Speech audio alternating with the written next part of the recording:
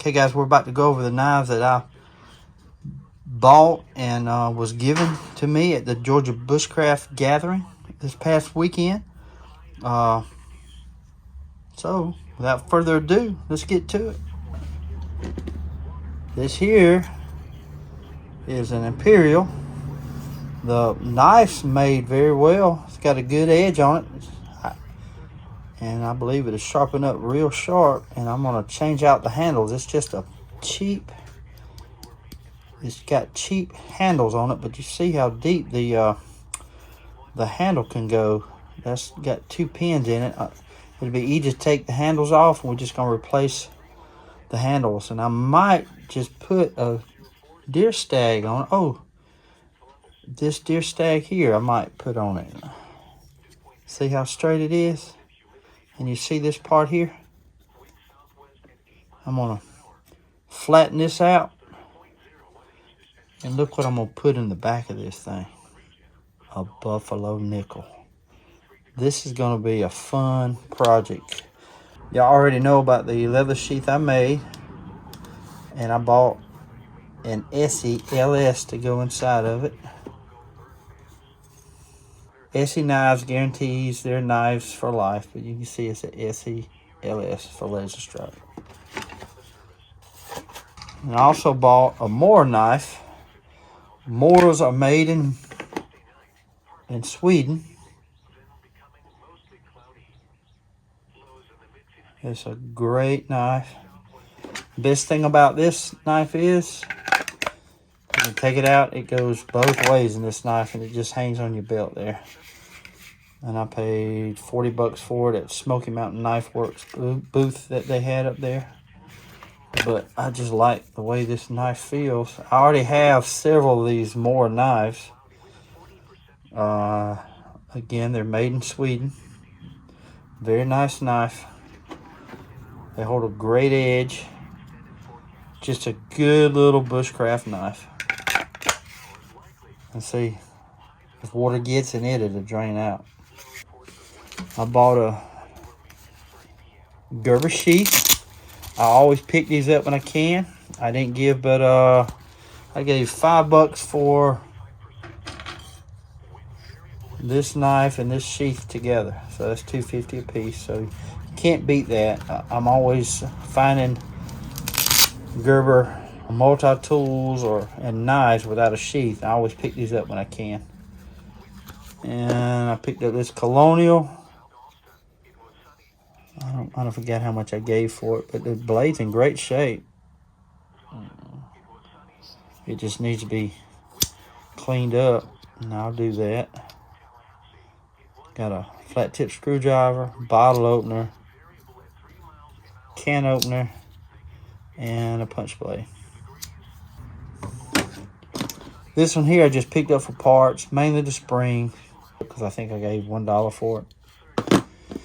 This one here is a Victorinox. It does have a broke spring on the nail file side. I could try to take it apart and fix that spring if I find another one of these in bad shape, but I couldn't pass this up. I got it pretty cheap. I forgot what I gave for it. It was in a bundle deal. He wanted $5 for it, but I promise you I didn't give $5 for it with that. I think I gave $10 for 4. I think it was this one and this one, and that's right.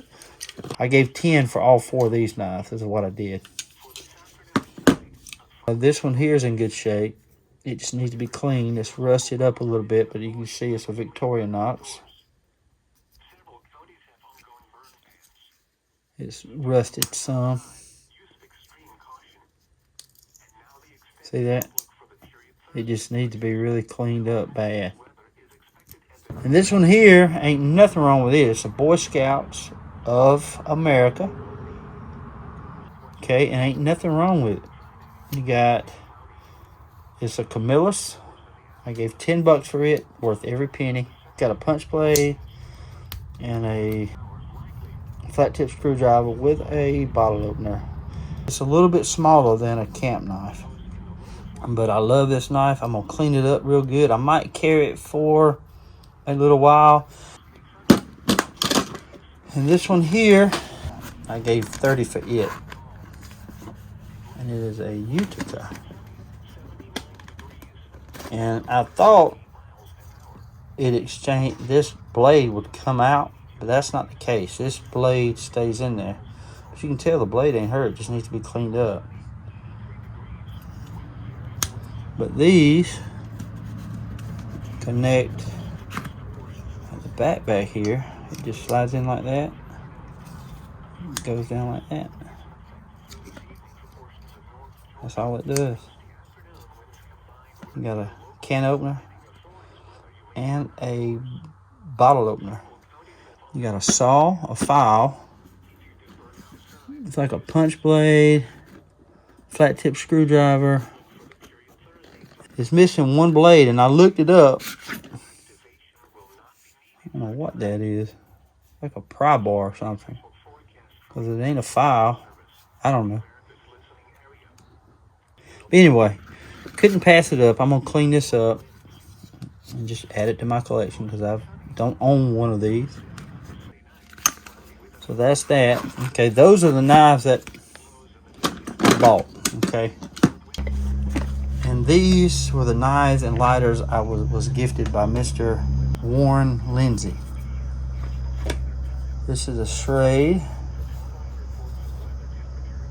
25 OT. It's like the blade had been broke already. Somebody's already done a blade repair, a tip repair. Pretty sharp. I'm gonna clean it up, all the handles. That blade's in good shape. The only thing I am gonna do, you see how that tip sticks up above the handle here? A little tricky is when you do something like that, you gotta whittle that down. You gotta get that flat where it'll lay on down there, where the point will be below the handle. I'm gonna put a leather strap in here. Okay, then you got these electrician knives. I have several of these. This is a Cutmaster. Another electrician's knife. That's an Imperial. And this one, I'm gonna say it's a Camillus. No, it's a Camco, but Camco I think was Camillus. This here's a case. I'm gonna try to see what year this is. I think it's just a case. Double X there. Let's see. Just a case XX. That tang was used between 1940 and 1964. Yeah, the handles are red bone, and this is a swell-in jack, whereas it's swollen down here at the end. But the springs are great. The handles are in good shape. If I can just find a knife with broken springs and 2 new blades, we'll be in business. I'm not going to tear this one down unless we find a couple of good blades. And I really don't care if it's the same year at all. The handles are in great shape. The bolsters are in great shape. The springs are in good shape. It's just the blades need to be replaced. And there's pins in there, believe it or not. This one here is a Queen. Yes, this is a Queen. As you can tell, there's a lot of play right there. I might have to take that. See, the handle's a bone here. It just needs to be cleaned. And I can probably find out what's wrong with that pin right there. I think the pin is broke. This would be a fun project. This knife here is a Stockman. Sandpaper on that one to find out who made it.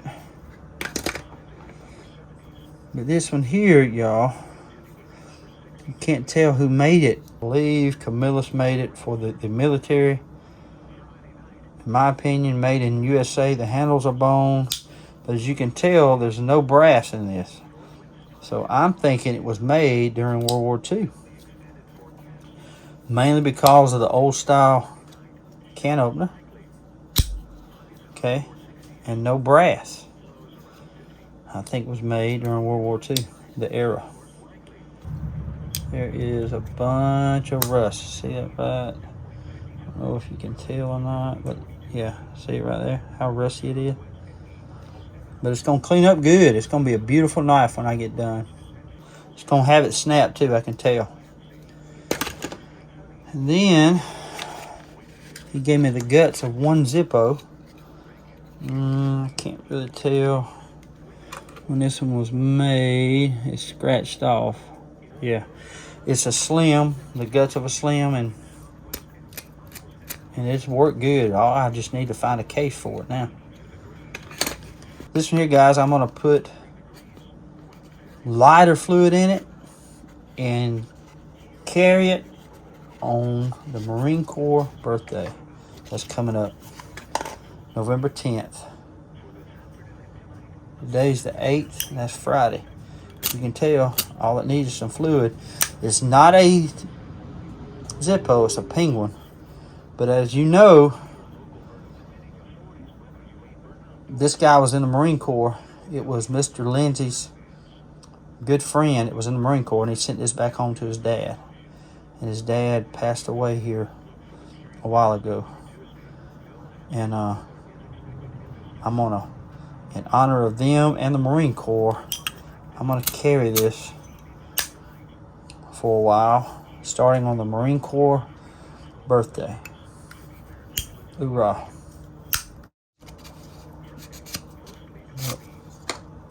But check that out. Macon, Georgia, meat packers.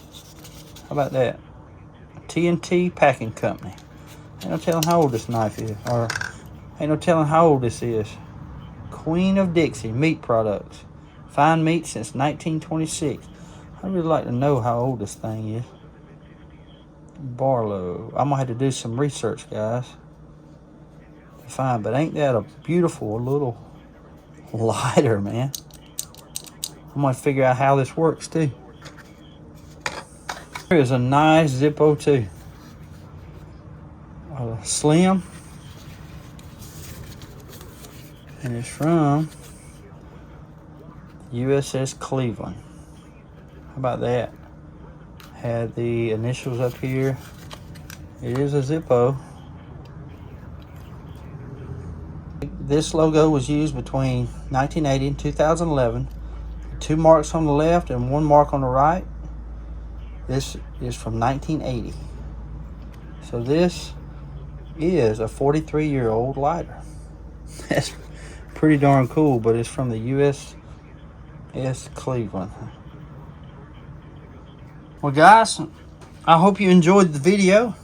I certainly did. I enjoyed going over all these knives, and I'm gonna be cleaning this knife up here real soon in a video, and can't wait to do that.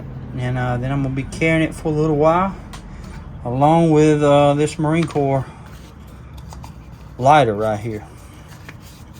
But I just want to say again, guys, thank you for all the support, and I just want to thank Mr. Warren Lindsey again. And once I get some hats in, you'll be receiving a message from me wanting your address, buddy. But thank you again so much for all this stuff. I will cherish it forever, I promise you. And thanks again, guys, for everything. And God bless y'all. And until we meet again, y'all be like a good knife. Stay sharp.